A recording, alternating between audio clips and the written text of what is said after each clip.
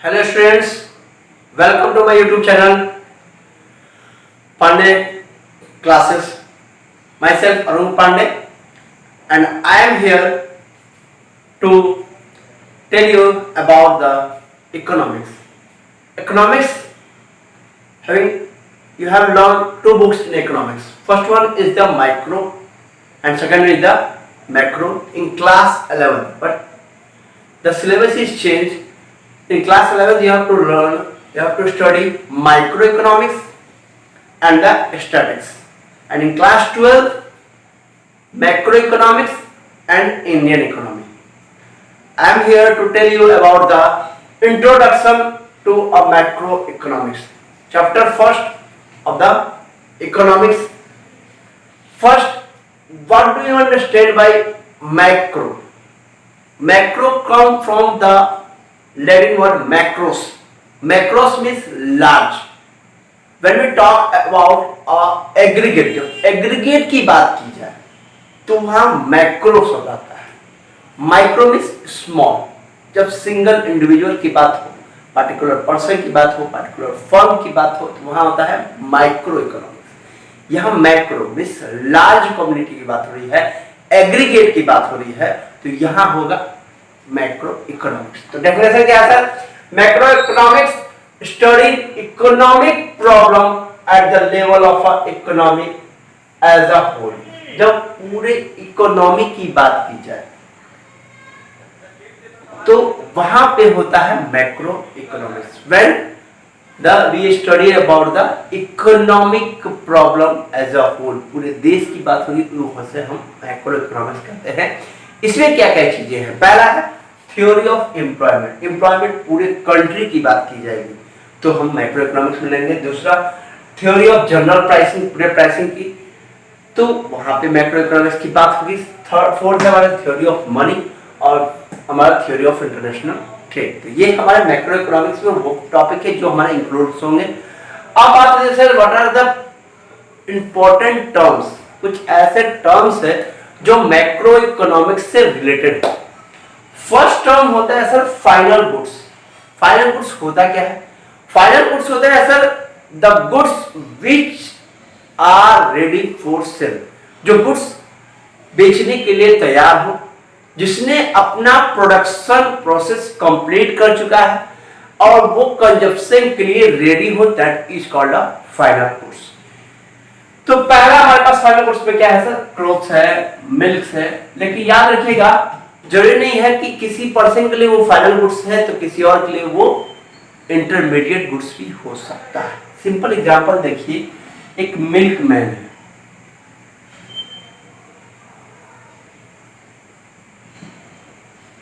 इस milk man के लिए मिल्क क्या है?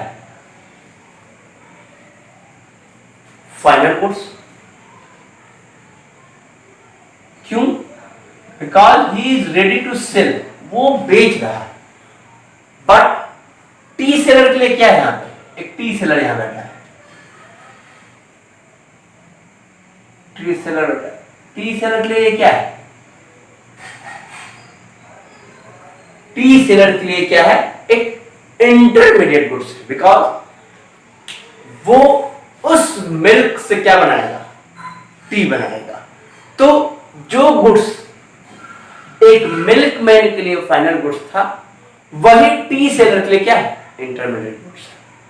तो क्या है? Final goods which are ready for sale और intermediate goods which are needed to be going to the production process. उसमें कुछ प्रोसेस बैठ. सेकेंड टॉपिक वही है, the goods purchase by firm for the use in production और resell it. या अब तो हम परचेज करें और किसी और को भेजें, या उससे हम कुछ नया प्रोड्यूस करें. मिल्क ले आए, उससे चीज बना ले, बटर बना ले, घी बना ले, या हम मिल्क खरीदें और किसी और को बेच दें, उसको कहते हैं इंटरमीडिएट गुड्स.